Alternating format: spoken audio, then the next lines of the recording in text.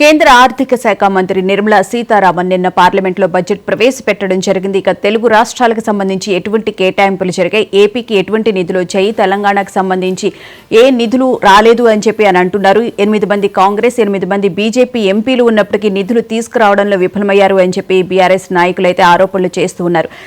So అంతేకాకుండా 5 రాష్ట్రాలకు ముఖ్యంగా నిధులు కేటాయింపు జరిగింది. ముఖ్యంగా చూసుకుంటే కనుక అస్సాం, బీహార్, గుజరాత్, పోర్ట్ బ్లేర్ కి సంబంధించి నిధులు కేటాయింపు జరిగిందని చెప్పారు. ముఖ్యంగా బీహార్కి అయితే ఎక్కువగా నిధుల వరద పారింది అని చెప్పైతే ఆరోపణలు వస్తున్నాయి. ఎలక్షన్స్ ఈ సంవత్సరం ఎండింగ్ లో ఎలక్షన్స్ ఉన్న నేపథ్యంలో బీహార్కి ఎక్కువ నిధులు కేటాయించారు అని చెప్పారంటారు. ముఖ్యంగా చూసుకుంటే కనుక బీహార్ ముఖ్యమంత్రి ఎవరైతే ఉన్నారో నితీష్ కుమార్, ఆయన ప్రత్యేక రాష్ట్రం కావాలని చెప్పి అడిగిన నేపథ్యంలో ఒకవేళ అది సాధ్యం కాకపోతే కనుక ప్యాకేజీ ఇవ్వాలి అని చెప్పి కూడా ఆయన చెప్పడం జరిగింది. ఈ నేపథ్యంలోనే బీహార్కి ఎక్కువ నిధులు కేటాయించడం జరిగింది అని చెప్పైతే మనకి తెలుస్తూ ఉంది. ఇక ఈ అంశాలకు సంబంధించి మాట్లాడుకుందాం. డిబేట్ లో పాల్గొనడానికి మనతో పాటు ఉన్నారు పిల్లి Manikya Rao, leather industry development corporation chairman and TDP అధికార ప్రతినిధి, అలాగే తులసిరెడ్డి ఏపీ కాంగ్రెస్ అధికార ప్రతినిధి, అల్జాపూర్ శ్రీనివాస్ బీజేపీ సీనియర్ నాయకులు, అలాగే Manavatha Roy Telangana Congress general secretary. Good morning అండి అందరికీ. నమస్తే.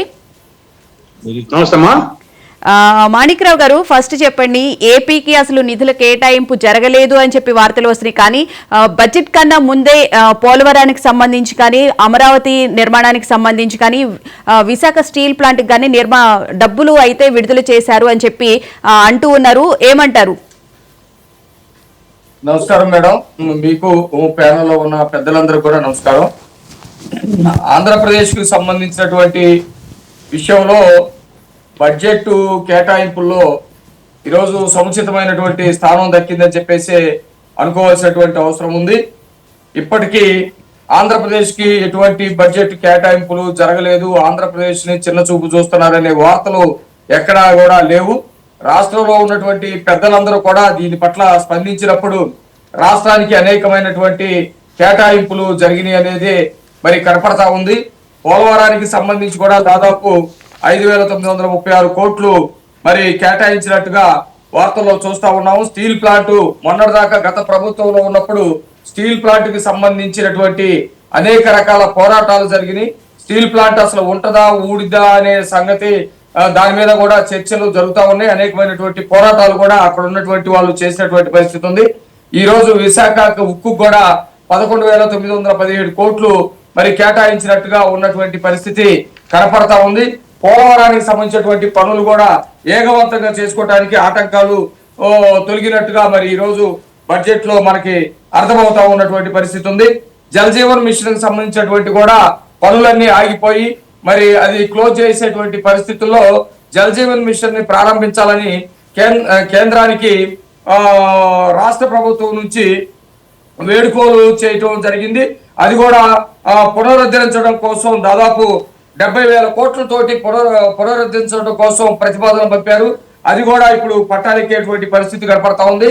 మేమైతే ఈ బడ్జెట్ పట్ల సంతోషాన్ని వ్యక్తం చేస్తా ఉన్నాము. ఈ రాష్ట్రానికి ప్రత్యేకమైనటువంటి అవకాశాలు కల్పించినట్టుగా మరి కనపడతా ఉంది మేడం గారు. Right, okay sir. తులసిరెడ్డి గారు, మీరేమంటారు? ఈ బడ్జెట్ కి సంబంధించి నిధుల కేటాయింపు ఎలా జరిగిందని చెప్పని అనుకుంటున్నారు? దీన్ని బీడీ బడ్జెట్ అని చెప్పొచ్చు. బి అంటే బీహార్, డి అంటే ఢిల్లీ. బీడీ బడ్జెట్. ఢిల్లీకి సంబంధించి మెయిన్గా ఈ ఐటీ ఆ యొక్క బెనిఫిట్స్ కూడా దేశ ప్రజలను ఉద్దేశించి చేసింది కాదు, ఢిల్లీ ఎన్నికలకు చేశారు. ఆ నేపథ్యంలో ప్రజలందరికీ కొంత మేలు జరిగింది. కానీ ఇది మెయిన్ గా ఢిల్లీ కోసం ఎన్నికలు ఉన్నాయి కదా, ఆ ఎన్నికల కోసం ఈ యొక్క ఐటీ దాంట్లో వచ్చేసి 7 lakhs నుండి 12 lakhs మెయిన్ దానికోసం. ఇక్కడ ఒక విధంగా చెప్పాలంటే నితీష్ హీరో, చంద్రబాబు జీరో అయినాడేమో అనిపిస్తుంది బడ్జెట్ ద్వారా. అంటే ఎందుకంటే వీళ్ళిద్దరి మీద డిపెండ్ అయింది మెయిన్ గా. అంటే 2024 సంవత్సరం ఏపీ కేటాయించారు, 25 బీహార్ కేటాయించారు అని చెప్పని అంటున్నారు. ఏటిమా 2024 సంవత్సరం ఏపీ, 2025 సంవత్సరం బీహార్ కి కేటాయించారు. అమరావతికి అప్పు కేటాయించింది, అమరావతికి అప్పుది. ఈవెన్ వచ్చేసి విశాఖపట్నం కూడా అప్పేది పెట్టుబడి, అదేమి వచ్చేసి గ్రాంట్ కాదు. విశాఖపట్నంకి ఇచ్చింది 11,440 కోట్లు, అది గ్రాంట్ కాదు. అమరావతికి ఇచ్చింది అప్పు. కాబట్టి 2024లో ఏమి ఇచ్చింది లేదు ఆంధ్రాకు, ఇప్పుడు ఇచ్చింది లేదు. ఉమ్, ఇక్కడ ఆంధ్రప్రదేశ్ కు సంబంధించి చట్టపరంగా రావాల్సినట్టు మిగతా అన్ని రాష్ట్రాలకు వచ్చినట్లు కొన్ని మనకు కూడా వచ్చి ఉండొచ్చు, కానీ చట్ట ప్రకారంగా మన హక్కు ప్రకారంగా రావాల్సినట్టు చాలా మటుకు రాలేదు. దానికి నంబర్ 1 వచ్చేసి ప్రత్యేక హోదా. ప్రతి బడ్జెట్ లో ఈసారన్నా చెప్తారేమో, వాళ్ళు ఒకవేళ ఎంత ముగిసిన అధ్యాయం అని చెప్పినప్పటికీ ఇది ఖచ్చితంగా పార్లమెంట్ లో హామీ కదా ఇస్తారేమని చెప్పేసి ప్రతిసారి ఎదురు చూస్తా ఉన్నారు ఆంధ్రప్రదేశ్ ప్రజలు. కాబట్టి ఈసారి కూడా ప్రత్యేక హోదా గురించి ప్రస్తావన లేదు. రెండవది, విభజన చట్టంలో సెక్షన్ 46 సబ్ సెక్షన్ 3 కింద రాయలసీమకు ఉత్తరాంధ్రకు స్పెషల్ డెవలప్మెంట్ ప్యాకేజీ కింద ఇవ్వాలి. ఉమ్, దాని గురించి కూడా ఈసారి ప్రస్తావన లేదు. మూడవది, విభజన చట్టంలో 13th షెడ్యూల్ ప్రకారంగా దుగ్గరాజపట్నంలో మేజర్ పోర్ట్ ఏర్పాటు చేయాలి. ఇంతవరకు ఏర్పాటు చేయలేదు. ఈ బడ్జెట్ లో కూడా దాని ప్రస్తావన లేదు.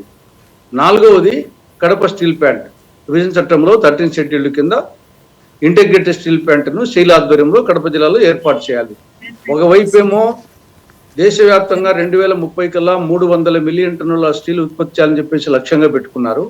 ఆ నేపథ్యంలో మరి కడప స్టీల్ ప్లాంట్ కి వచ్చేసి అవసరం ఉంటుంది. ఆ 300 మిలియన్ టన్ అచీవ్ చేయాలంటే ఇంకా స్టీల్ ప్లాంట్స్ కావాలి. మరి ఆ నేపథ్యంలో ఆల్రెడీ చట్టంలో ఇచ్చినటువంటి కడప స్టీల్ ప్లాంట్ గురించి ప్రస్తావించలేదు. తర్వాత పోలవరంకు సంబంధించి ఒకవైపు వచ్చేసి ఏదో కొంత అమౌంట్ ఇచ్చారు, 5,936 కోట్లు అని చెప్పేసి సంతోషపడాలను. మొత్తం దాని హైట్ వచ్చేసి ఆల్మోస్ట్ ఇంకా ఫిక్స్ చేసేసి 45.72 మీటర్లు కాదు, 41.15 మీటర్లే. అంటే 150 అడుగులు కాదు, 130 అడుగులే. అంటే అది ఇంకా బహుళార్థ సాధక ప్రాజెక్టు కాదు, అది ఒక చిన్న బ్యారేజీ. కాబట్టి మొత్తం వచ్చేసి పోలవరం గొంతు పిసిగినట్టే అయిపోయింది. వచ్చేసి అది 536 కోట్లు ఇచ్చినట్టు ఇచ్చి మొత్తం దాన్ని హైట్ ను వచ్చేసి కుదించడం జరిగింది. అది ఇంకా ప్రాజెక్ట్ కాదు, ఒక బ్యారేజ్ అంతేది. తర్వాత విశాఖ విజయవాడ మెట్రో గురించి చట్టంలో ప్రస్తావన ఉంది, దీంట్లో ప్రస్తావన లేదు. కడప రాయచోటి మదనపల్లి బెంగళూరు ఇది నూతన రైలు మార్గం, అది మధ్యలో ఆగిపోయింది. గతంలో వచ్చేసి కాంగ్రెస్ హయాంలో మధ్యలో అయింది, కొంతవరకు అయింది. తర్వాత మ్యాచింగ్ గ్రాంట్ ఇవ్వని కారణంగా స్టాప్ అయిపోయింది. చంద్రబాబు నాయుడు గారు వచ్చేసి వీళ్ళు మ్యాచింగ్ గ్రాంట్ అన్నా ఇవ్వాలి, లేదా కేంద్రంతో మాట్లాడినా సరే వాళ్ళన్నా పెట్టేది చేయాలి. కాబట్టి అది కాలేదు, ఇది కాలేదు. కాబట్టి ఈ విధంగా మేజర్ ఐటమ్స్ అన్ని వచ్చేసి మిస్ అయింది.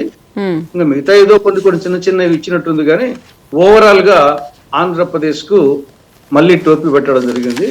ఏపీకి నిల్, బీహార్కు ఫుల్ అనే విధంగా బడ్జెట్ ఉంది. రైట్. మానవతరాయ్ గారు గుడ్ మార్నింగ్ అండి. సార్, తెలంగాణకు సంబంధించి 1,63,000 కోట్ల రూపాయల అడిగితే ఒక్క రూపాయి కూడా కేటాయించలేదు అని చెప్పి కూడా నిన్న సీఎం రేవంత్ రెడ్డి గారు కూడా అనడం జరిగింది. జీడీపీలో 5% వాటా అందిస్తున్న రాష్ట్రానికి కొంచెం కూడా నిధులు కేటాయించలేదు అని చెప్పని అంటున్నారు. మీరేమంటారు? వాస్తవం అండి, ఇది తెలంగాణ రాష్ట్రానికి గుండు సున్నా ఇచ్చారు. గతంలో అంతే చేశారు, ఇప్పుడు అంతే చేశారు. రాష్ట్రాలు వాళ్ళ భాగస్వామ్య పక్షాలు ఉన్నటువంటి, ప్రభుత్వంలో భాగస్వామ్యం ఉన్నటువంటి పక్షాలు కలిగిన రాష్ట్రాలకు నిధులిస్తున్నారు. మరి వ్యతిరేకంగా ఉన్నటువంటి, వాళ్ళకు వ్యతిరేకంగా ఉన్నటువంటి కాంగ్రెస్ పాలిత రాష్ట్రాలకు, ఇతర ఇండియా కూటమిలో రాష్ట్రాలకు మొండి చేయి చూపిస్తున్నారు. అసలు ఎంత దారుణం అండి. ఇంతమంది 2 కేంద్ర మంత్రుల నుండి తర్వాత 8 మంది ఎంపీలు తెలంగాణ అందించింది వాళ్ళకి. అయినప్పటికీ కనికరం లేకపోవటం చాలా విచారకరమైన అంశం. విభజన చట్టంలో అనేక హామీలు. బయ్యారం ఉక్కు ఫ్యాక్టరీ అసలు మూసేలేదు. బయ్యారం ఉక్కు ఫ్యాక్టరీని విస్మరించేశారు. అదేవిధంగా వరంగల్ కోచ్ ఫ్యాక్టరీకి నిధులు కేటాయిస్తారు, అసలు అది లేదు, అతి లేదు, గతి లేదు. గిరిజన యూనివర్సిటీ పక్క రాష్ట్రంలో ఆంధ్రప్రదేశ్ లో ఎప్పుడో ప్రారంభమై 2-3 బ్యాచ్లు కూడా బయటికి పోవడం జరిగింది. కానీ అది కాగితాల మీదనే ఊగిసలాడుతుంది తప్ప నిధులు కేటాయింపులో గతంలో 900 కోట్లు అన్నారు, కనీసం ఒక రూపాయి నయా పైసా కూడా గిరిజన యూనివర్సిటీకి కేటాయించకపోవటం చాలా దారుణం. హైదరాబాదు మరి నాగపూరు, తర్వాత హైదరాబాద్ పారిశ్రామిక కారిడార్, అదే విధంగా హైదరాబాదు విజయవాడ పారిశ్రామిక కారిడార్, అదే విధంగా వరంగల్ హైదరాబాద్ పారిశ్రామిక కారిడార్లు అభివృద్ధి చేయాలని చెప్పి విభజన చట్టంలో ఉన్నాయి. కనీసం 2014 నుంచి ఈ హామీలన్నీ కూడా అటనే ఉన్నాయి. వాటిని బుట్టదాఖలు చేసే ప్రయత్నం చేస్తాను. ఎందుకు ఈ విధమైనటువంటి వివక్షపూరితంగా కేంద్రం వ్యవహరిస్తుందో అర్థం కావట్లేదు. మరి దానికి బీజేపీ నాయకులు ఏ మొహం పెట్టుకొని తెలంగాణలో తిరుగుతారనో బీజేపీ ఇద్దరు కేంద్ర మంత్రులు తెలంగాణ ప్రజలకు ఏం సమాధానం చెప్తారని చెప్పి ఈ సందర్భంగా అడుగుతున్నా. దాదాపు కేంద్రం నుంచి రావాల్సినటువంటి పన్నుల వాటా ఆ 15వ ఆర్థిక సంఘం చెప్పింది 41% మేర తెలంగాణకు కేంద్రం నుంచి అంటే మనం కట్టినటువంటి చెల్లించిన పన్నుల్లోంచి మళ్ళీ మనకు తిరిగి చెల్లించాలి వాళ్ళు. దాంట్లోనే కోతలు విధించి అనేక రకాలుగా తెలంగాణ రాష్ట్రాన్ని ఇబ్బంది పెడుతున్నారు. ఏదో 29,000 కోట్ల వరకు ఇచ్చామని చెప్పారు, కానీ అది కాదు. పక్క రాష్ట్రంలో మన ఆంధ్రప్రదేశ్ కి 51,000 కోట్ల పైసలకు ఇచ్చారు. అంటే దాదాపు ఎటు చూసినా సరే మరి తెలంగాణకు తీవ్రమైనటువంటి అన్యాయాన్ని మరి బీజేపీ ప్రభుత్వం, కేంద్ర ప్రభుత్వం చేయటం జరిగింది. అదేవిధంగా హైదరాబాదు 4th సిటీ నిర్మాణానికి మరి ముఖ్యమంత్రి రేవంత్ రెడ్డి గారు సహాయం చేయాలని కోరారు. అదేవిధంగా మూసీ ప్రక్షాళన, పునరుజ్జీవనం ప్రాజెక్టులకు వాళ్ళకి నిధులు కేటాయించాలని చెప్పారు. తర్వాత మెట్రో ఫేజ్ 2 కూడా ఆర్థిక సహాయం చేస్తారని చెప్పేసి ముఖ్యమంత్రి గారు గతంలో కోరారు, గత బడ్జెట్ లో కూడా కోరారు, ఈ బడ్జెట్ లో కూడా కోరటం జరిగింది. కనీసం 1,63,000 కోట్ల రూపాయలని మనం ఆశిస్తే కనీసం అందులో నయా పైసా కూడా కనికరం చూపించకపోవటం చాలా చాలా దారుణమైన అంశంగా కాంగ్రెస్ పార్టీ గుర్తించింది. అందుకే ఈ రోజు కాంగ్రెస్ పార్టీ తెలంగాణ ప్రదేశ్ కాంగ్రెస్ కమిటీ ఆధ్వర్యంలో మరి అంబేద్కర్ లోయర్ ట్యాంక్ బండ్ లో ఉన్నటువంటి అంబేద్కర్ విగ్రహం వద్ద నిరసన కార్యక్రమాన్ని కాంగ్రెస్ పార్టీ చేపడుతుంది. కనీసం ఇప్పటికైనా సరే నష్టం లేదు, మళ్ళీ ప్రకటించండి. అభివృద్ధిలో తెలంగాణలో అభివృద్ధిలో కూడా కేంద్రం సాయం చేయాలని చెప్పేసి మరి కాంగ్రెస్ పార్టీగా కేంద్ర ప్రభుత్వాన్ని కోరుతున్నాం. మరి ఏ ముఖం పెట్టుకొని రేపు తెలంగాణలో బీజేపీ నాయకులు తిరుగుతారని చెప్పి కూడా మేము ప్రశ్నిస్తాం. రైట్. శ్రీనివాస్ గారు గుడ్ మార్నింగ్ అండి.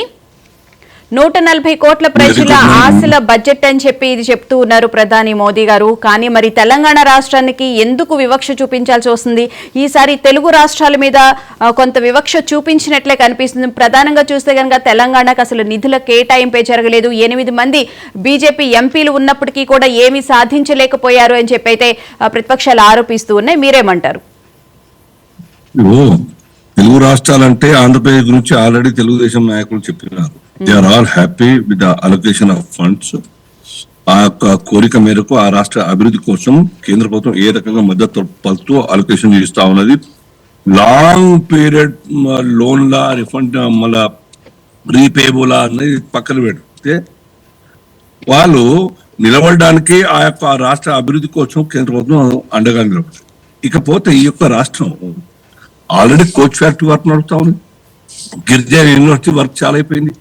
సో ఏ స్టేజ్ కి ఆ స్టేజ్ కంప్లీట్ అయిన కొద్దీ ఆ కొత్త ఫండ్స్ రావడం జరుగుతుంది. మనకు అందరికీ తెలిసిందే.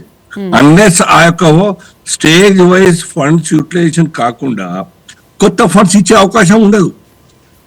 కాబట్టి ఈ రాష్ట్రంలో ఉన్నటువంటి ఆన్గోయింగ్ అవి కంటిన్యూ అవుతా ఉంటాయి. కంప్లీషన్ అయిన తర్వాత అడిషనల్ గా అడిగే అవకాశం ఉంటుంది. ఆ స్వేచ్ఛ అడగచ్చు. అంటే పసుపు బోర్డు ఏర్పాటు చేయడం అనేది ఇందులో భాగమే అనుకోవాలా? డెఫినెట్ గా పసుపు బోర్డు కాదా. 40 సంవత్సరాల యొక్క పసుపు రైతుల యొక్క డిమాండ్ 52 స్పైసెస్ నుంచి వేరు చేసి పసుపు బోర్డు ఇవ్వాలి. ప్రపంచం మొత్తానికి ఒక సాలిడ్ క్వాంటమ్ ఆఫ్ పసుపు సప్లై చేసేటువంటి శక్తి కేవలం భారత్ కి ఉన్నది. అందులో తెలంగాణ అటు దుగ్గిరాల ఈ యొక్క తెలుగు రాష్ట్రాల నుంచి ఉన్నటువంటి ఒక పరిస్థితి, దాన్ని సెపరేట్ చేసి రైతులకు అండగా నిలబడాలి.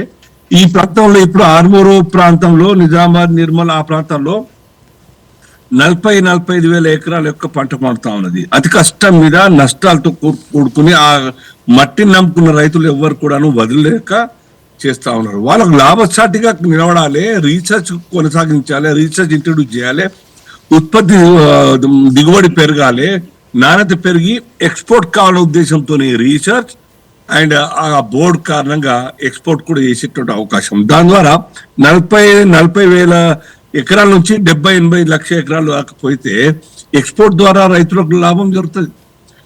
అదే ప్రాజెక్ట్ కాదా? ఈ రకంగా కాంక్రీట్ గా ముందర పెట్టాలి. మీరు చూడండి, రాష్ట్ర ప్రభుత్వం వేగంగా రిప్రజెంటేషన్లు ఇచ్చినాం, మేము ఇచ్చినాం, మంత్రులకు కలిసి వచ్చినాం అని. మూసీ నది గురించి ప్రాజెక్ట్ రిపోర్ట్ చేసిరాలు కాంక్రీట్ గా వాళ్ళ డీటెయిల్ ప్రాజెక్ట్ రిపోర్ట్ ఉందా? డిపిఆర్ లేదు. అలాగే హైడ్రా పేరు మీద హంగామా చేసినారు అందరు కూడా. అక్కడ కూడా వాళ్ళకు రిజల్ట్ మనం చూస్తా ఉన్నాం. ఇలా అసంబద్ధంగా ఉండి అసంపూర్ణంగా కేవలం ప్రాజెక్ట్స్ పేరు మీద ఒక పేజ్ పేరు మీద రాసేసి ఇవ్వమంటే ఎట్లా ఇస్తారు, సాధ్యమైతే? రైట్. ఇది గత 13 మాసాలుగా భువన గారు ఈ రాష్ట్ర ప్రభుత్వం ఏ ఒక్క అంశం మీద కూడా సీరియస్ గా స్టడీ చేసినా పాపాన పోలేదు. ఫోర్త్ సిటీ అంటా ఉంటారు, మీరు నాకు చూపించండి. ఫోర్త్ సిటీకి సంబంధించి ఏదైనా కాంక్రీట్ గా ప్రాజెక్ట్ తయారు చేసిన రిపోర్ట్ తయారు చేసిన డీటెయిల్ ప్రాజెక్ట్ రిపోర్ట్, మీ లక్ష్యం ఏంది, మీ ప్లాన్ ఏంది, దాని ఫండింగ్ ఎంత అవసరం ఉంటుంది, ఏ కంపెనీలు అక్కడ మీరు సెటప్ చేయబోతా ఉన్నారు, దానికి ఇన్ఫ్రాకి ఎంత ఖర్చు అవుతుంది చూపించండి మాకు. ఏమైనా డబ్బులు ఇవ్వండి. ఎట్లయితే హౌసింగ్ వరకు ఇప్పటికే 2 సార్లు 3 సార్లు అప్లికేషన్ తీసుకోవడం జరిగింది. అయినా 36% హౌసింగ్ ప్రధాన మంత్రి ఆవాస్ యోజన కింద 36% ఫండ్ పెంచడం జరిగింది. మామూలు చెక్ కాదు. దాన్ని అందిపుచ్చుకునే విధంగా ఈ రాష్ట్ర ప్రభుత్వం గ్రామీణ ప్రాంతాల్లో ఇల్లు కట్టాలి, అర్బన్ ప్రాంతాల్లో ఇల్లు కట్టాలి. అది ఎటువంటి కట్టిన పాత 10 ఏళ్ల కింద నుంచి కట్టినటువంటి ఇళ్ళకు కూడా ఇప్పటికీ వాళ్ళకి పట్టాలు ఇచ్చిన పాపాన పోలేదు. గత సర్కార్ చేయలేదా పని, ఈ సర్కార్ చేయలేదు.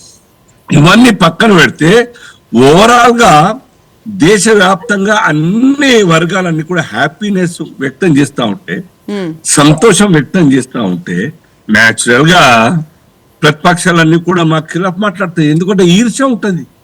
12 లక్షల యొక్క ట్యాక్స్ రిబేట్, 12 లక్షలు ఎక్కడ, 7 లక్షలు ఎక్కడ, 12 లక్షలు. డ్యూరింగ్ కాంగ్రెస్ రిజైమ్ భువన గారు, ఇట్ వాజ్ హార్డ్లీ 2005లో 1 లక్ష ఉండే, 2009 వచ్చేసరికి 2.5 లక్షలు ఉండే. ఇవాళ 7 లక్షల నుంచి బీజేపీ వచ్చిన తర్వాత 3, 5, 7 ఇప్పుడు 12 లక్షల వరకు ట్యాక్స్ ఎగ్జంప్షన్. దీన్ని ఎట్లా అర్థం చేసుకోవాలి చెప్పండి. దానికి ఒక్కసారైనా మరి మిడిల్ క్లాస్ ఫ్యామిలీస్ కి బాగా బాసట నిలబడ్డది ఒక కేంద్ర సర్కార్ అని వాళ్ళ మనసులోకి రాకుండా ఉంటుందా? 12 లక్షలు ఎంత రిలీఫ్. మిడిల్ క్లాస్ ఫ్యామిలీస్ కావచ్చు, ఎంప్లాయీస్ కావచ్చు, ఎంత బెనిఫిట్. దాని కారణంగా కొనుగోలు శక్తి యొక్క మార్కెట్ లో పెరిగేదా ప్రజలది. కుటుంబాలన్నీ కూడా ఆ కొనుగోలు శక్తి చేసిన తర్వాతే కొనుగోలు శక్తి అనేది పెరుగుతుంది. సేవింగ్ చేసుకున్న సేవింగ్ చేసినా ఆ బ్యాంక్ లో పెడితే అది కూడా మార్కెట్ లోకి వస్తుంది బ్యాంక్ ద్వారా. ముద్రా లోన్ కావచ్చు, హౌసింగ్ లోన్ కావచ్చు, మిగతా లోన్ కావచ్చు, ఎంటర్ప్రీనర్ లోన్ కావచ్చు. ఈ రకంగా ఈ కొత్త స్కీమ్స్ ఎస్సీ, ఎస్టీ ఇంకా మహిళల కోసం సెల్ఫ్ ఎంటర్ప్రీనర్షిప్ ఫస్ట్ టైం మొదలు పెట్టే వాళ్ళకి కూడా 2 కోట్ల వరకు ప్లాన్ చేసింది. ఈ యొక్క 50 సంవత్సరాలు ఇంత మంచి స్వతంత్రం వచ్చిన ఇంత మంచి బడ్జెట్ రాలేదమ్మా. మాణిక్రావు గారు, జలజీవన్ మిషన్ కి సంబంధించి ప్రధాని మోదీ గారి కళ, గత ప్రభుత్వ హయాంలో దానికి ఏపీలో ఎలాంటి న్యాయం అయితే జరగలేదు. సో దీనికి సంబంధించి మీరు నిర్మలా సీతారామన్ గారిని ప్రధానితో గారు మాట్లాడిన తర్వాత దాన్ని 2028 వరకు ఎక్స్టెండ్ చేయడం జరిగింది. సో ఈ నేపథ్యంలో ఏపీలో మొత్తం జలజీవన్ మిషన్ ప్రజలందరికీ అందే అవకాశం ఉంటుందంటారా? ఖచ్చితంగా మేడం. ఇప్పుడు జల్ జీవన్ మిషన్ విషయంలో జగన్మోహన్ రెడ్డి పూర్తిగా చేతులు ఎత్తేసినట్టుగా కనపడింది. ఎప్పుడు కూడా అడిగినటువంటి పరిస్థితి లేదు. వాస్తవానికి కూటమి ప్రభుత్వం వచ్చిన వెంటనే 70,000 కోట్లకు సంబంధించినటువంటి పనులకి ప్రతిపాదనలు పంపడం జరిగింది. ఆ గడువు కూడా ఈ రోజు కేంద్రం పెంచినటువంటి పరిస్థితి కనపడతా ఉంది. దానివల్ల ఏదైతే ప్రతి రాష్ట్రంలో ఉన్నటువంటి ప్రతి గ్రామానికి, ప్రతి ఇంటింటికి సురక్షితమైనటువంటి నీరు ఇవ్వాలని చెప్పేసి రాష్ట్రం భావించిందో ఆ కళ నెరవేరేటువంటి అవకాశం ఉంది. దీనికోసం కేంద్రంలో ఎవరైతే పార్లమెంట్ లో ఉన్నటువంటి కూటమికి సంబంధించినటువంటి ఎంపీలు పట్టుబట్టడం, రాష్ట్రం నుంచి కూడా చంద్రబాబు నాయుడు గారు వెళ్ళినప్పుడు దీని గురించి ప్రత్యేకంగా మాట్లాడటం ఇవన్నీ కూడా జరిగింది. గ్రామీణ ప్రాంతాల్లో ఉన్నటువంటి సమస్య ఏదైతే నీటి సమస్య ఉందో అది శాశ్వతంగా పరిష్కారం చేసేటువంటి అవకాశం కూడా ఉంది మేడం.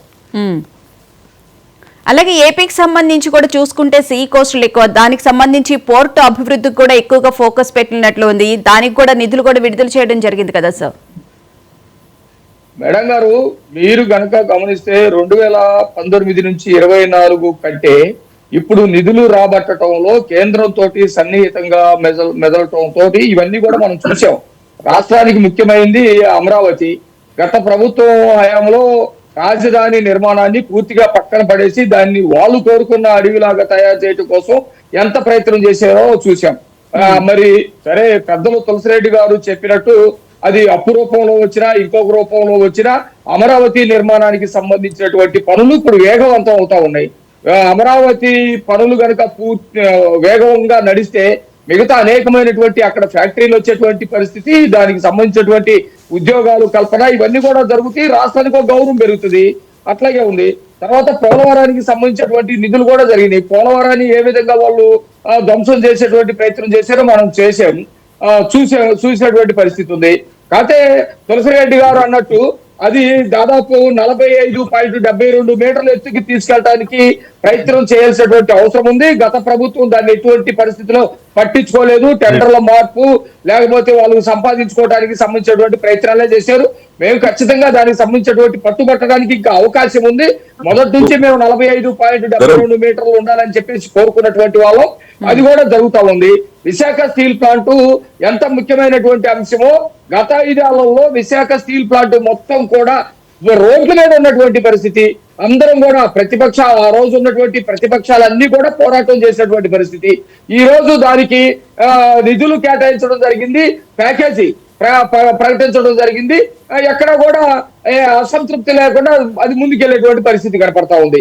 ఇక రాష్ట్రంలో వైద్య రంగానికి కానీ విద్యా రంగానికి కానీ ఇవన్నీ కూడా నిధులు వచ్చినాయి, పర్వాలేదు ముందుకెళ్తాం. ఇంకా సన్నిహితంగా ఉండటం ద్వారా రాష్ట్ర భవిష్యత్తుకి, రాష్ట్ర ఆర్థిక అభివృద్ధికి, లేకపోతే రాష్ట్రం ముందుకెళ్ళటానికి తీసుకోవాల్సినటువంటి నిర్ణయాలు తీసుకొని ముందుకెళ్తాం మేడం.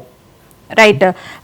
తులసిరెడ్డి గారు, ముఖ్యంగా రైతులకి మేలు చేసే విధంగా కందులు, మినుముల్ని కేంద్రమే కొనుగోలు చేస్తుందని చెప్పడం జరిగింది. దాంతో పాటు బీహార్లో మఖానా బోర్డు కూడా ఏర్పాటు చేస్తాము అని చెప్పన్నారు. సో దానివల్ల రైతులకి ప్రయోజనం ఉండే అవకాశం ఏమైనా ఉంటుందా? అలాగే కిసాన్ క్రెడిట్ కార్డు ద్వారా 3 లక్షలు ఉన్నటువంటి లిమిట్ ని 5 లక్షలకు కూడా పెంచడం జరిగింది.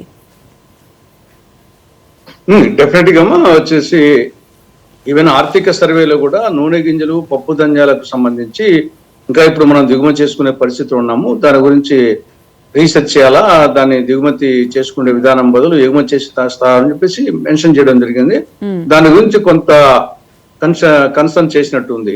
కానీ ఏది ఏమైనా ఓవరాల్ గా మనం ఏదో వ్యవసాయ రంగంలో చేసినట్టు కనిపిస్తుంది. కానీ బడ్జెట్ కేటాయింపులు చూస్తే టోటల్ బడ్జెట్ లో అంటే 50,65,345 కోట్లలో వ్యవసాయ రంగము, అనుబంధ రంగాలకు కలిసి కేటాయించింది 171,435 కోట్లు, అంటే 3.5%.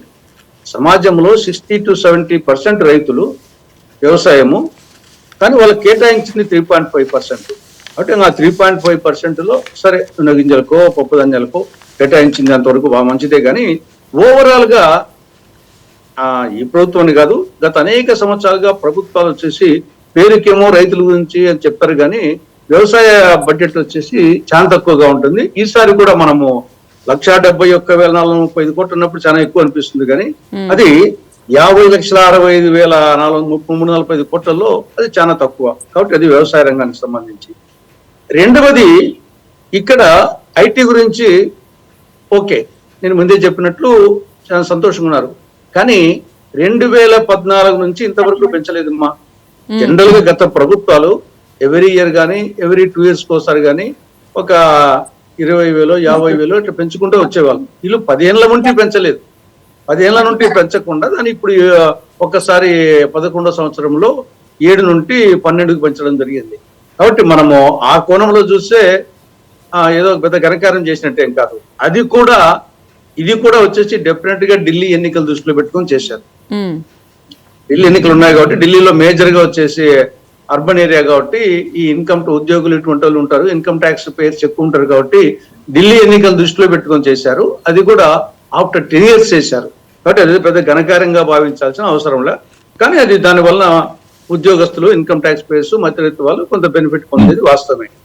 ఇక మూడవది, ఇది ఆంధ్రప్రదేశ్ కు సంబంధించి నేను మిగతా జనరల్ గా వచ్చి చెప్పడం లేదు. స్పెసిఫిక్ గా విభజన చట్టంలో section 46 subsection 3, the central government shall while considering the special development package for the success state of Andhra Pradesh provide adequate incentives in particular for Rayalaseema and north coastal reasons of the state. The central government shall, ఇది చట్టంలో ఉంది. 10 ఏళ్ళు అయింది, దాని గురించి పట్టించుకోలేదు, ఈసారి పట్టించుకోలేదు. తర్వాత రాజధానికి సంబంధించి సెక్షన్ 94 సబ్సెక్షన్ 3 కింద ఏముంది? The central government shall provide special financial support for the creation of essential facilities in the new capital of the success state of Andhra Pradesh, including Raj Bhavan, High Court, Government Secretariat, Legislative Assembly, Legislative Council, and such other essential infrastructure. The central government shall provide. కాబట్టి ఈసారి పోయినసారి ఇచ్చిందేమో అప్పు, ఈసారి అది లేదు ఇది లేదు. ఇంకా వచ్చేసి పోలవరం వచ్చేసి వాళ్ళు చేయాల్సింది. It is hereby declared that it is expedient in the public interest that the union should take under its control the regulation and development of the Polavaram irrigation project. కాబట్టి వాళ్ళు చేయాల్సింది వచ్చేసి బాధ్యత రాహిత్యంగా వదిలిపెట్టేసి అదేదో అప్పుడింత ఇచ్చి ఏదో ఘనకార్యంగా చేసినట్టు చేసేగాక దాని హైట్ ను తగ్గించిన తర్వాత అది ఇంకా బ్యారేజే, అది డ్యామ్ కాదు, జాతీయ ప్రాజెక్ట్ కాదు అని ఉద్దేశము పర్పసే వచ్చేసి డిఫీట్ చేసినట్టు అయిపోయింది. కాబట్టి ఏ కోణంలో చూసినా ఆంధ్రప్రదేశ్ మాత్రము డెఫినెట్ గా అన్యాయం జరిగింది. ఏ గవర్నమెంట్ ఉన్నా కూడా అది అన్యాయం జరుగుతూనే ఉందండి. విభజన చట్టంలోని హామీలు అయితే అమలు పరచడంలో ఎంతో కొంత జాప్యం అయితే జరుగుతూ ఉంది కదా. అవును, అంటే కేంద్రంలో విభజన తర్వాత వాళ్ళే ఉన్నారు, కంటిన్యూస్ గా వాళ్ళే ఉన్నారు. బీజేపీ, మోడీ ప్రభుత్వమే బీజేపీ ఉంది.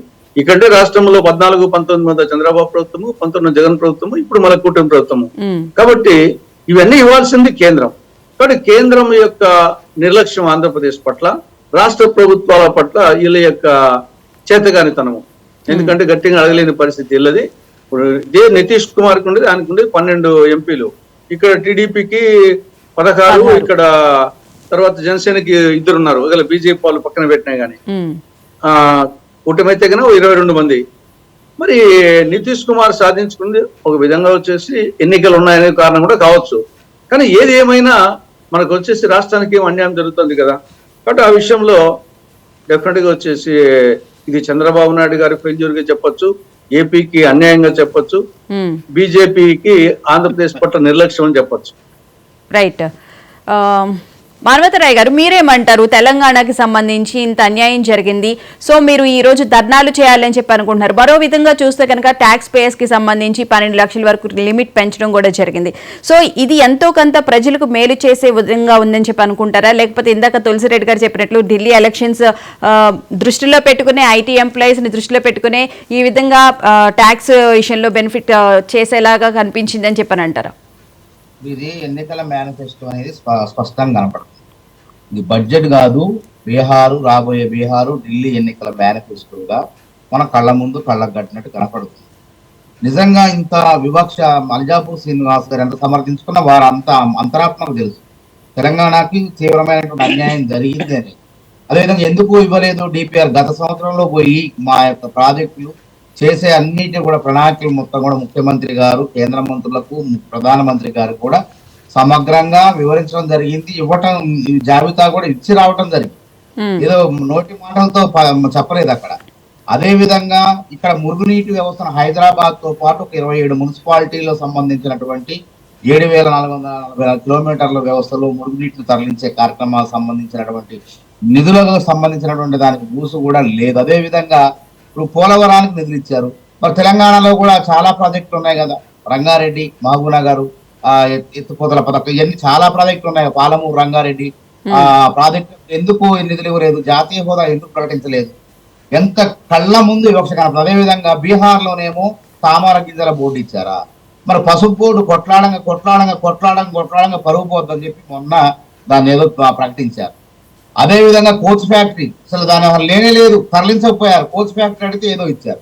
ఇప్పుడు మన తెలంగాణలో విమర్శలు తట్టుకోలేక తెలంగాణ ప్రజల్లోంచి వ్యతిరేకత వస్తుందని చెప్పేసి మళ్ళా కోచ్ ఫ్యాక్టరీ చెప్పారు తప్ప దానికి ఎటువంటి నిధులు అనేది కేటాయించలేదు. అది చాలా బాధాకరం. బయారం ఉక్కు ఫ్యాక్టరీ మొదటి నుంచి మొత్తుకోండి, ఇప్పుడు కాదు. ఇప్పుడు ఇక్కడ ఛత్తీస్గఢ్ లో ఒక నాణ్యమైనటువంటి ముడి పదార్థం లేదంటున్నారు. మరి ఛత్తీస్గఢ్ దగ్గరే ఉంది కదా. మరి ఛత్తీస్గఢ్ లో కాకుండా ఛత్తీస్గఢ్ గనులనేమో గుజరాత్ లో కేటాయిస్తారు. ఎక్కడో దూర ప్రాంతంలో ఉన్నటువంటి గుజరాత్ కి ఎట్లా కేటాయిస్తారు? తెలంగాణ బయారం ఉక్కు ఫ్యాక్టరీ కేటాయిస్తే ఇంకా ఇక్కడ ఉన్నటువంటి 100 ఏళ్లకు సరిపడేటువంటి నాణ్యమైనటువంటి ముడి పదార్థం, మంచి నాణ్యమైన ఉక్కు తయారుగా అయ్యేటువంటి అంశం ఇక్కడ ఉన్నది. అన్ని సర్వేలన్నీ కూడా పూర్తయింది. కాబట్టి కావాలని చెప్పి నిర్లక్ష్యానికి గురి చేస్తున్నారు, వివక్షకు గురి చేస్తున్నారు. అదే విధంగా విమానాశ్రయాలకు తీసుకుందాం.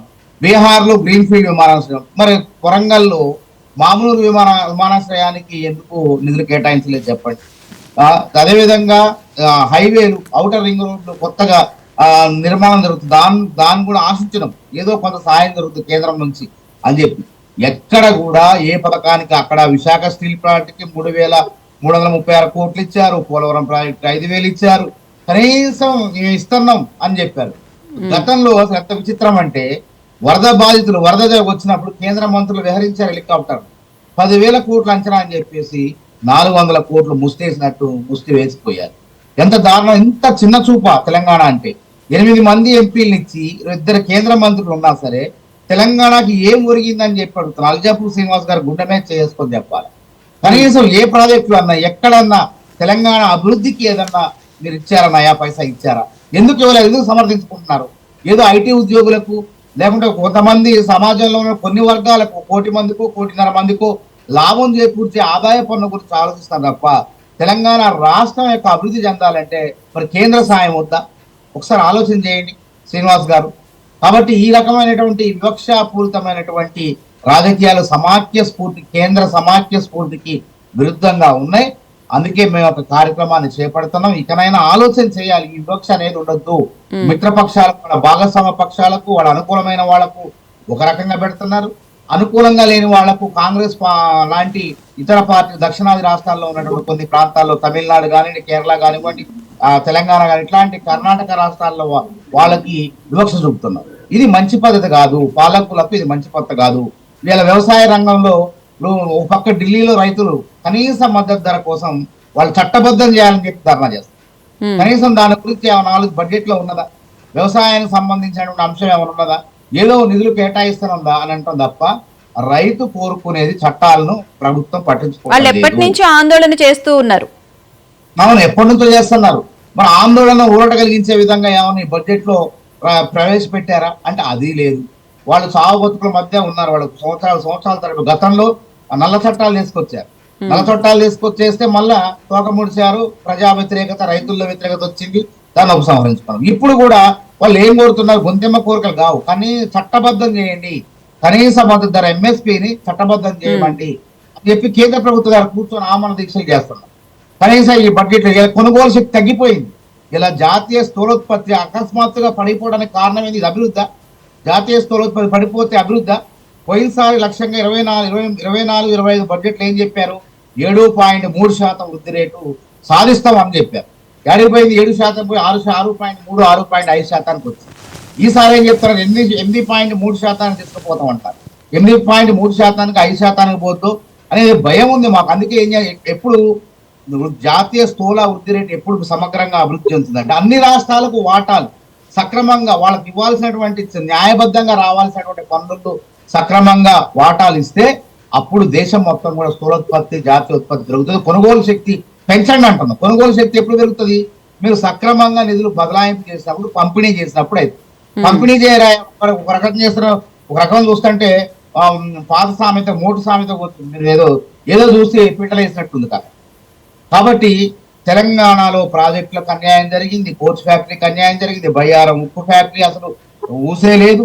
రకరకాలుగా తర్వాత నవోదయ విద్యాలయం, నా జిల్లాకు ఒక విద్యాలయం కావాలి, మన రాష్ట్రంలో ఉన్నటువంటి 33 జిల్లాల్లో కావాలి, కేంద్రీయ విద్యాలయాలు కావాలి, తర్వాత ఐఐటీలు కొత్తగా ఏర్పాటు చేయాలి, ఐఐఎంలు ఏర్పాటు చేయాలని చెప్పి రాష్ట్ర ప్రభుత్వం కూడా కోరటం జరిగింది. కనీసం దానికి ఇచ్చినటువంటి ప్రస్తావన లేదు.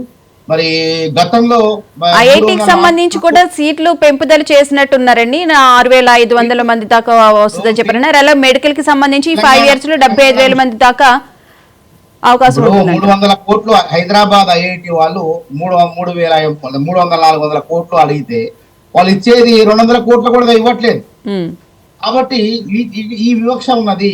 దయచేసి కేంద్ర మంత్రులు, 2 కేంద్ర మంత్రులు ఉన్నారు మాకు, గనుల శాఖ మంత్రి ఉన్నారు, హోంశాఖ మంత్రి ఉన్నారు. కాబట్టి 8 మంది ఎంపీలారా మేల్కొనండి. మన రాష్ట్రం రాజకీయాలు కాదు. మీరు అది మీ పార్టీకే లాభం కాదు. తెలంగాణకు బీజేపీ వాళ్ళు నిధులు తీసుకొచ్చారనంటే తెలంగాణ ప్రజలు మీ వైపున ఆలోచన చేస్తారు. సమగ్ర అభివృద్ధి, ఎన్నికలు ఏం లేవు. ఎన్నికలప్పుడు రాజకీయాలు ఉండాలి, కానీ నిధుల పంపిణీ విషయంలో ప్రభుత్వాలు సమాఖ్య స్ఫూర్తికి విరుద్ధంగా అన్యాయం చేస్తే మాత్రం తెలంగాణ ప్రజలకు క్షమించరని చెప్పేసి బీజేపీ వాళ్ళకి మేము హితవు పలుకుతాం. రైట్. శ్రీనివాస్ గారు మీరేమంటారు? కిషన్ రెడ్డి గారు కూడా అనడం జరిగింది, కేంద్ర బడ్జెట్ అంటే కేవలం రాష్ట్రానికి కాదు మొత్తం దేశానికి సంబంధించి ఉన్న బడ్జెట్, సో ఈ బడ్జెట్ బాగానే ఉందని చెప్పి కూడా కేంద్ర మంత్రి కిషన్ రెడ్డి గారు కూడా అనడం జరిగింది. కానీ కాంగ్రెస్ వాళ్ళు ప్రధానంగా తెలంగాణ అభివృద్ధికి సంబంధించి ఎలాంటి నిధులు కేటాయించడం లేదు అని చెప్పి వాళ్ళు ప్రధానంగా డిమాండ్ చేస్తున్నారు. అది వాస్తవం కాదా భువన గారు? ఇప్పుడు రాష్ట్ర ప్రభుత్వం రాష్ట్ర పరిపాలన పట్ల బాధ్యతలు విస్మరించి కేంద్రంపై హక్కుల గురించి మాట్లాడుతా ఉన్నది. ఏ ఒక్క అంశంలో కూడాను కాంక్రీట్ గా స్టడీ చేసి ప్రాజెక్ట్ రిపోర్ట్ ముందర పెట్టిన పాపాన పోలేదు. ఇప్పుడు బడ్జెట్ తర్వాత మాట్లాడితే ఏమొస్తుంది చెప్పండి. అయినా ఓవరాల్ ఈ బడ్జెట్ లో ఈ తెలంగాణ ప్రజలకు అన్ని అప్లై అవుతాయి. యూత్, మహిళా, ఎస్సీ, ఎస్టీ, రైతులు ఇవన్నీ కూడాను, అన్ఎంప్లాయ్మెంట్ ఇవన్నీ కూడా, ఎడ్యుకేషన్, హెల్త్ ఇవన్నీ కూడా ఈ రాష్ట్రంలో అప్లై కావా? కాంక్రీట్ గా మీరు ప్రత్యేకంగా ఒక ప్రాజెక్ట్ కోసం అడిగినాం, దానికి రిపోర్ట్ ఇది, ప్రాజెక్ట్ రిపోర్ట్ ఇది, మాకు ఇంత కావాలా, మా శక్తి ఇంత, మేము ఇంత పెట్టుబడి పెడతాం, మీరు ఇంత ఇవ్వండి అని ఒక్క ప్రాజెక్ట్ రిపోర్ట్ చూపించండి. వైట్ పేపర్ రిలీజ్ చేయండి, ప్రెస్ కాన్ఫరెన్స్ పెట్టి ఇవాళ ధర్నా చేస్తే కాదు. మీరు పవర్ పాయింట్ ప్రెజెంటేషన్ ప్రజల ముందర పెట్టండి, మేము ఇది అడిగినాం, మా ప్రాజెక్ట్ రిపోర్ట్ ఇది, మా బడ్జెట్ ఇంత, మా శక్తి ఇంత, బాకీలకే పోతున్నాయి, వడ్డీలకు పోతున్నాయి, మా దగ్గర ఏమి డబ్బులు లేవు అని రిపోర్ట్ పెట్టండి. శ్రీనివాస్ గారు చెప్పండి. రిపోర్ట్ ఉన్నది, గుర్తుపెట్టు. కాంగ్రెస్ పార్టీ రిపోర్ట్ ఉన్నది, సమగ్ర ప్రణాళిక ఉన్నది. సంవత్సరం క్రితం నుంచే మేము ఆర్జీలు పెడుతున్నాం, కలుస్తున్నాం. కాంగ్రెస్ పార్టీ హయాం నుంచి కూడా ఆ ప్రాజెక్ట్ ఇంకా నడుస్తా ఉన్నది. మీరు కూడా బాధ్యులే దానికి. తెలంగాణను, ఆంధ్రప్రదేశ్ మొత్తం అవిభక్త రాష్ట్రానికి పాలించింది మీరు కదా ఎక్కువ కాలం. మీ కారణంగా ఇక్కడ ప్రజలు చేత ఖాళీ చేతులు పట్టుకొని, కడుపు చేత పట్టుకొని గల్ఫ్ దేశాలు మొదలైంది మీ హయాంలో. మీ నాయకులే కదా, మీ నాయకులే కదా. గల్ఫ్ దేశాలకు వేల మంది కూలీల్ని, రైతుల్ని కూలీలుగా మార్చి పంపించింది మీరేగా, మీ నాయకులు. మా దగ్గర ఒకప్పుడు ఉండే 8% ఉన్న నిరుద్యోగ సమస్యను 6% తీసుకొచ్చినాం. 55,147 ఉద్యోగాలు ఏకకాలంలో అవినీతి లేకుండా భర్తీ చేసినాం. కనీసం మేము ఏమడుగుతున్నాం, పక్క రాష్ట్రానికి మీరు బీహార్కి, ఆంధ్రప్రదేశ్ కి ప్రాజెక్టులకు ఇచ్చినప్పుడు, పరిశ్రమలకు ఇచ్చినప్పుడు కనీసం ఎంతో కొంత ఇవ్వరా అంటారు.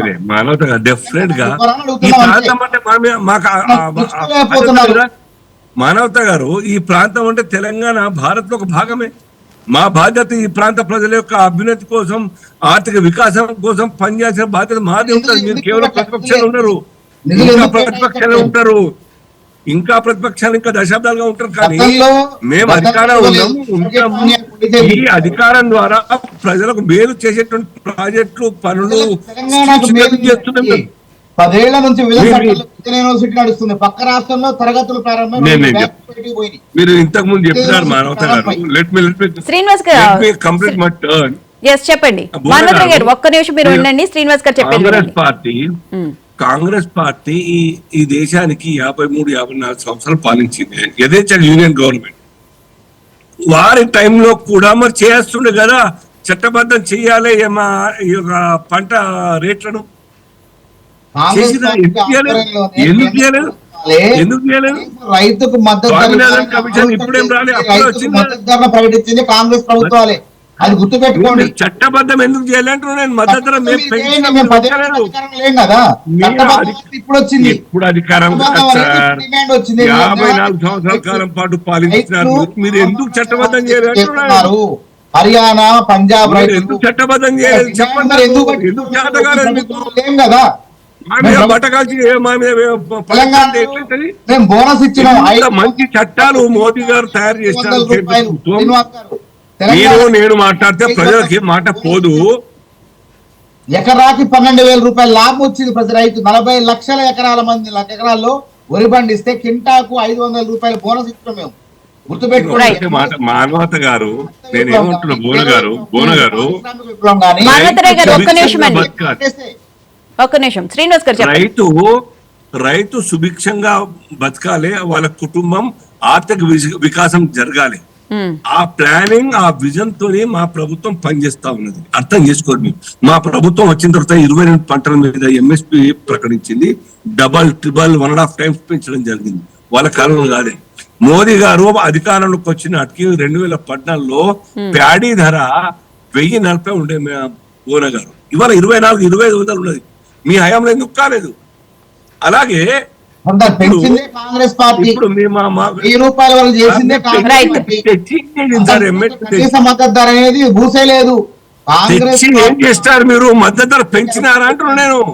మీ హయాంలో ఎక్స్పోర్ట్ ఎందుకు పెరగలేదు? ఇంపోర్ట్ ఎందుకు తగ్గలేదు?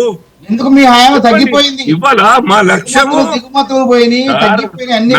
నా గవర్నమెంట్ సార్, నా గవర్నమెంట్ నేను చేసే పనులు, మా యొక్క ఆలోచన, మా యొక్క ప్లానింగ్, ఈ దేశంలో రైట్. మాణిక్రావు గారు, ఓకే అండి. మాణిక్రావు గారు, లెదర్ ఇండస్ట్రీకి సంబంధించి ప్రోడక్ట్స్ కూడా తగ్గడం జరిగింది. జాకెట్స్ కానీ అలాగే బూట్లు కానీ వీటికి సంబంధించి. సో దీనివల్ల కొనుగోలు శక్తి ఏమైనా పెరగొచ్చు అంటారా? ముఖ్యంగా ఆదాయ వ్యయాలకు సంబంధించి వ్యత్యాసం ఉన్న నేపథ్యంలో ప్రజల యొక్క కొనుగోలు శక్తి పెంచే విధంగా కూడా కొన్ని ప్రోడక్ట్స్ ని తగ్గించడం కూడా జరిగింది. దాంట్లో లెదర్ కూడా ఉన్నది. మేడం గారు, అది వాస్తవానికి నేను leather industry development corporation chairman ని. ఇంకా అది నేను చూడలేదు. ఈ రాష్ట్రానికి సంబంధించినటువంటి ఇప్పటివరకు లెదర్ ఇండస్ట్రీకి సంబంధించి ఓన్లీ ల్యాండ్స్ మాత్రమే ఉన్నాయి. ఎక్కడ కూడా ఉత్పత్తికి సంబంధించినటువంటి పరిశ్రమలు ఏం లేవు. నిన్ననే మేము ప్రకాశం జిల్లా బాగా పర్వత ప్రకాశం ఏదైతే పశ్చిమ ప్రకాశం ఏదైతే ఉందో గిద్దలూరులో దాదాపు 22 ఎకరాల దాంట్లో 6 కోట్ల రూపాయలు పెట్టి మ్యానుఫ్యాక్చరింగ్ యూనిట్ ఒకటి నిన్న భూమి శంకుస్థాపన చేసాము. 3 నెలల్లోనే ఇది నిర్మాణం అయిపోయి మిషనరీ కూడా పెట్టడం జరుగుతుంది. అక్కడ నుంచి ఉత్పత్తులు ప్రారంభిస్తాం. అట్లాగే రాష్ట్రంలో అనేక చోట్ల మా ల్యాండ్స్ ఉన్నాయి. ఆ ల్యాండ్స్ లో కొన్ని పరిశ్రమలు తీసుకురావాలని చెప్పేసి మేము ఆలోచిస్తా ఉన్నాము. లెదర్ ఇండస్ట్రీకి ఆంధ్రప్రదేశ్ లో మంచి అవకాశాలు ఉన్నాయి. ఎందుకంటే ఇక్కడ చర్మాలు బాగా దొరుకుతాయి. ఈ చర్మాలన్నీ కూడా చెన్నై బేస్డ్ గా ఎక్స్పోర్ట్ అవుతా ఉన్నాయి. తర్వాత ఈ పచ్చి సరుకుని ముడి సరుకుగా మార్చిన తర్వాత ఉత్పత్తికి సంబంధించినటువంటి లెదర్ గా మారటానికి కావాల్సినటువంటి పరిశ్రమలు కొన్ని రావాలి. అవన్నీ కూడా చెన్నైలోనే ఉన్నాయి. ఒక్క ఆంధ్రప్రదేశ్ లో ప్రైవేట్ వ్యక్తుల చేతిలో అవంతి లెదర్స్ అని తన దగ్గర మాత్రమే ఉంది. మిగతా చోట్ల కూడా పెట్టడానికి పెట్టుబడిదారులు వస్తా ఉన్నారు. ఖచ్చితంగా ఆంధ్రప్రదేశ్ లో కూడా ఇలాంటి పరిశ్రమలు వస్తే చాలా మందికి జీవన మార్గం వాళ్ళకి మెరుగుపడుతుంది, ఉద్యోగిత కూడా పెరుగుతుంది, రాష్ట్రానికి మా సంస్థకి రాబడి పెరుగుతుంది. అలాంటి అవకాశాలను కూడా మేము చూస్తా ఉన్నాం మేడం. ఎట్టి పరిస్థితుల్లో ఈ సంవత్సరంలో ఇంకా 2-3 ప్రాజెక్టులు ల్యాండ్ అయ్యేటువంటి అవకాశం ఉంది మేడం. అలాగే కిసాన్ క్రెడిట్ కార్డుకు సంబంధించి పరిమితి పెంచడం వల్ల రైతులకి లబ్ధి చేకూరుతుంది అంటున్నారు. దీనివల్ల ఏపీలో ఉన్న ప్రజలకి లబ్ధి చేకూరే అవకాశం ఉంటుందంటారా?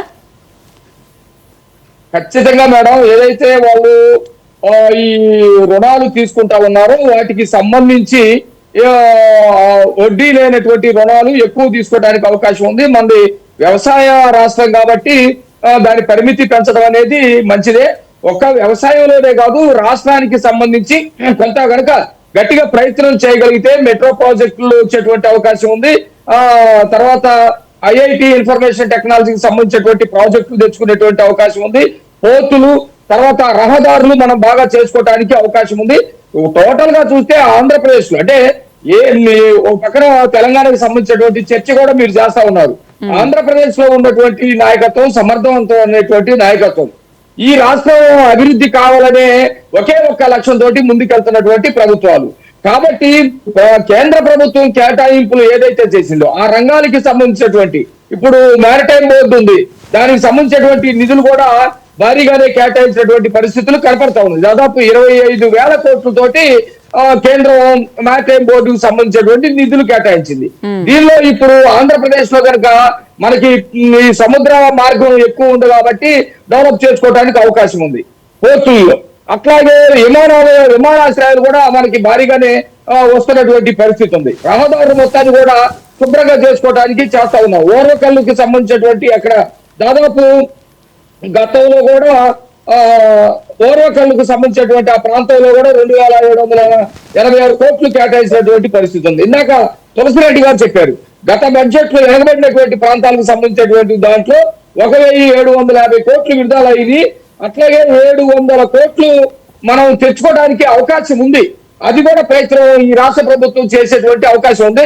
టోటల్ గా కేంద్ర బడ్జెట్ ఏదైతే ఉందో ఆ బడ్జెట్ లో రాష్ట్రం అనేది సమర్థవంతంగా పనిచేస్తే రోడ్లు గాని, పోర్టు గాని, విమానాలు గాని, వ్యవసాయ రంగానికి గాని, మెట్రో రైల్స్ గాని ఇవన్నీ కూడా చేసుకోవచ్చు. వైద్య రంగాన్ని కూడా ముందుకు తీసుకెళ్ళడానికి, ప్రజలకి ఇంకా తేలికగా అందుబాటులోకి వైద్యాన్ని తీసుకురావడానికి కూడా తెలుసుకునేటువంటి అవకాశాలు అయితే ఉన్నాయి మేడం.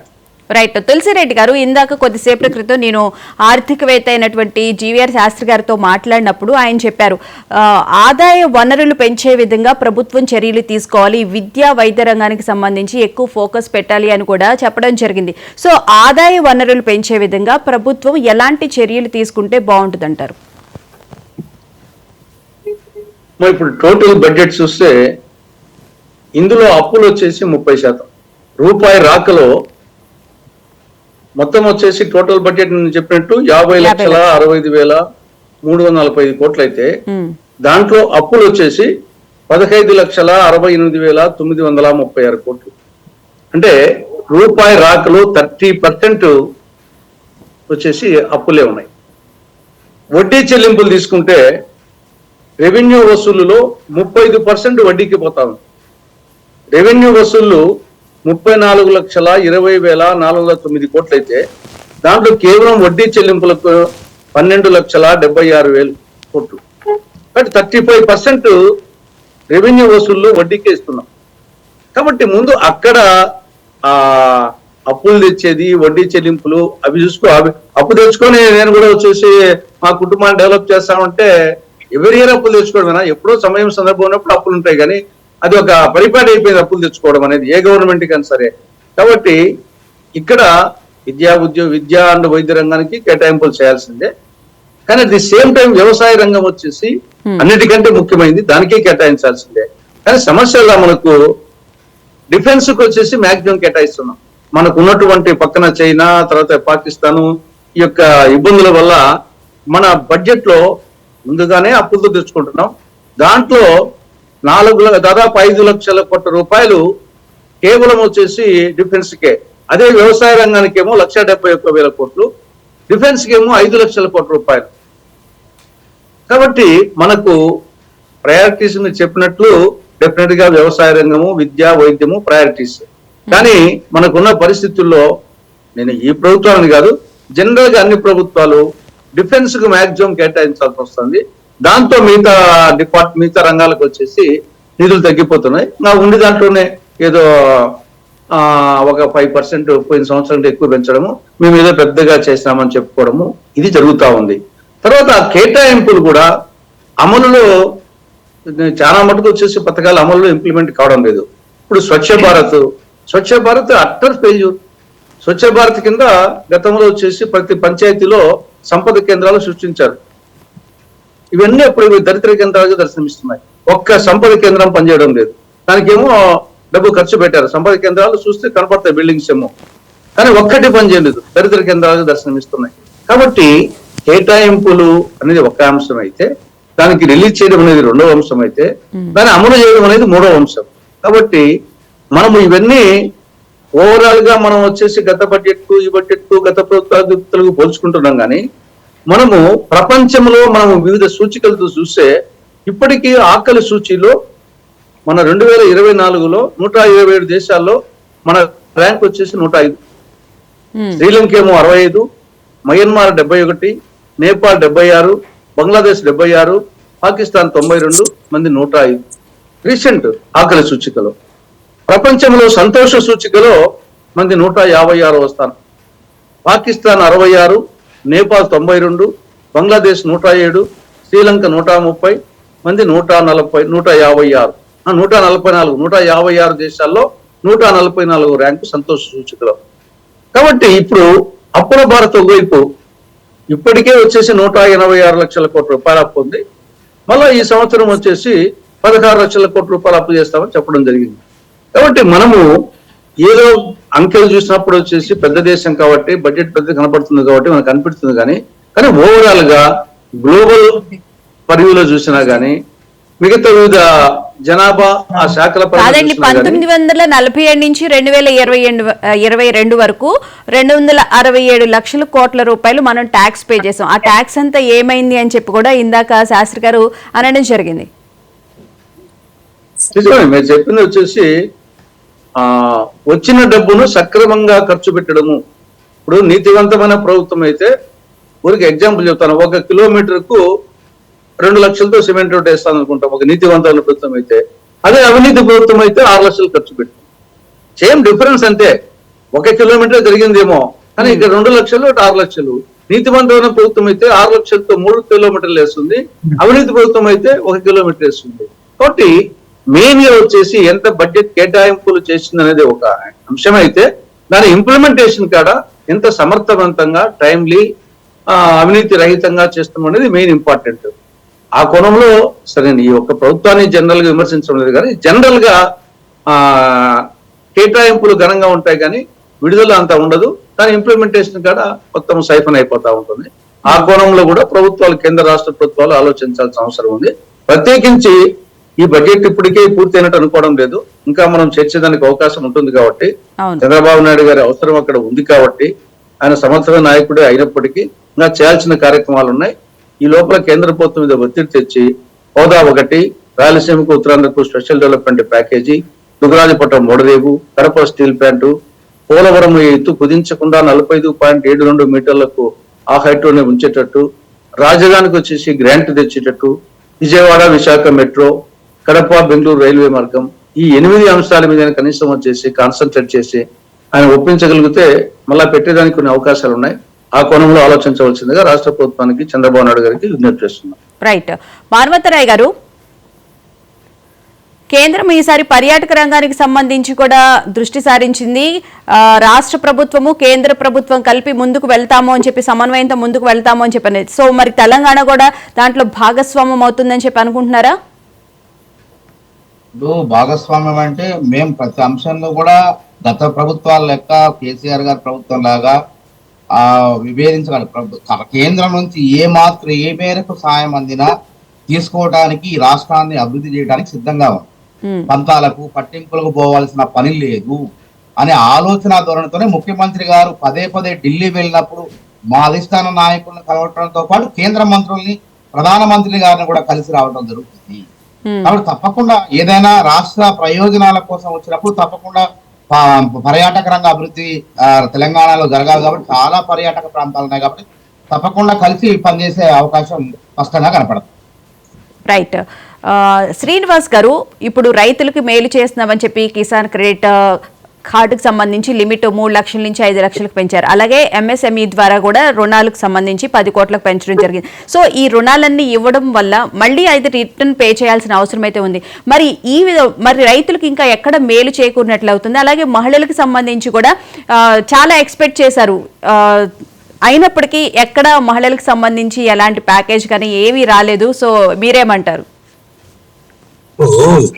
రైతుల గురించి దేశవ్యాప్తంగా ఉన్నటువంటి ఒక సమస్యను ఆర్థిక వికాసం చేయడానికే 3 లక్షల నుంచి 5 లక్షల దాకా ఒక నామినల్ వడ్డీతోని, సబ్సిడైజ్డ్ వడ్డీ రేట్ ఆఫ్ ఇంట్రెస్ట్ తోని ఇవ్వడం జరుగుతాం.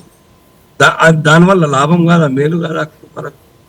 మన బయట మార్కెట్ లో 2-3 రూపాయల వడ్డీ తీసుకొచ్చి ఆ వడ్డీలు కట్టలేక ఆత్మహత్యలు చేసుకుంటున్న తరుణంలో అటువంటి కుటుంబాల్ని ఆ యొక్క ఇన్పుట్ సబ్సిడీ లాగా, ఇన్పుట్ ఇన్వెస్ట్మెంట్ లాగా సపోర్ట్ చేయడం ద్వారా వాళ్ళకు కొద్దిగా లాభం అవుతుంది కదా, మేలు చెప్తుంది కదా, అదొక లాభం.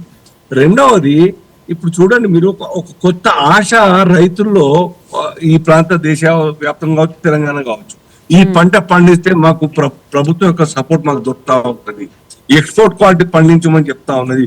వేరుశనగ కావచ్చు, పప్పు దినుసు కావచ్చు, లేకపోతే పసుపు కావచ్చు, ఈవెన్ చాలా రైస్ ఎక్స్పోర్ట్ కూడా అవుతా ఉన్నది. దాని సన్న బియ్యాలే పండించినా ఆ సన్న బియ్యాలు మార్కెట్ చేసుకునేటువంటి పరిస్థితి రాష్ట్ర ప్రభుత్వం, కాంక్రీట్ దాంట్లో ఉన్నటువంటి రాష్ట్ర ప్రభుత్వం కూడా చొరవ తీసుకొని దాన్ని విదేశాలకు పంపేటువంటి అవకాశం, ఆ పని చేయాల్సిన, ఇవన్నీ కూడా రైతులకు మేలు.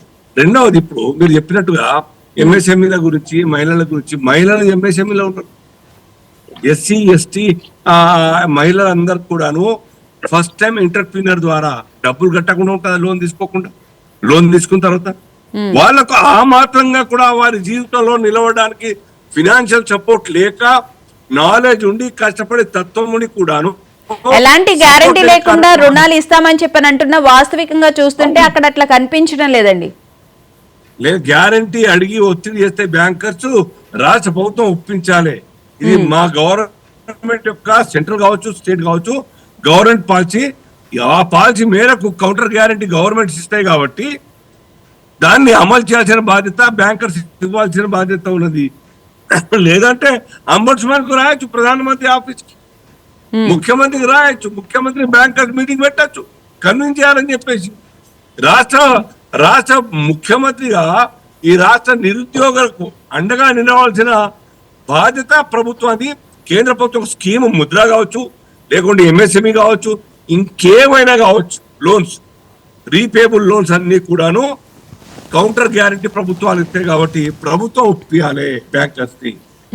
ఎటుగుడి కేంద్ర ప్రభుత్వం ఎట్లా రియంబర్స్ చేస్తే ఒకవేళ బ్యాంకు మునిగినా కేంద్ర ప్రభుత్వం ఇస్తుంది, ఇవ్వడం కాదు.